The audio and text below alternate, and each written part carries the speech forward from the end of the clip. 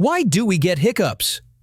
Ever wondered why hiccups suddenly happen? It all starts with your diaphragm, the muscle that helps you breathe. When it spasms or twitches, it forces a sudden breath in. Then your vocal cords snap shut, and boom, hic. This can be triggered by eating too fast, drinking soda, stress, or even laughing too hard. So next time you hiccup, it's just your breathing muscle having a mini meltdown.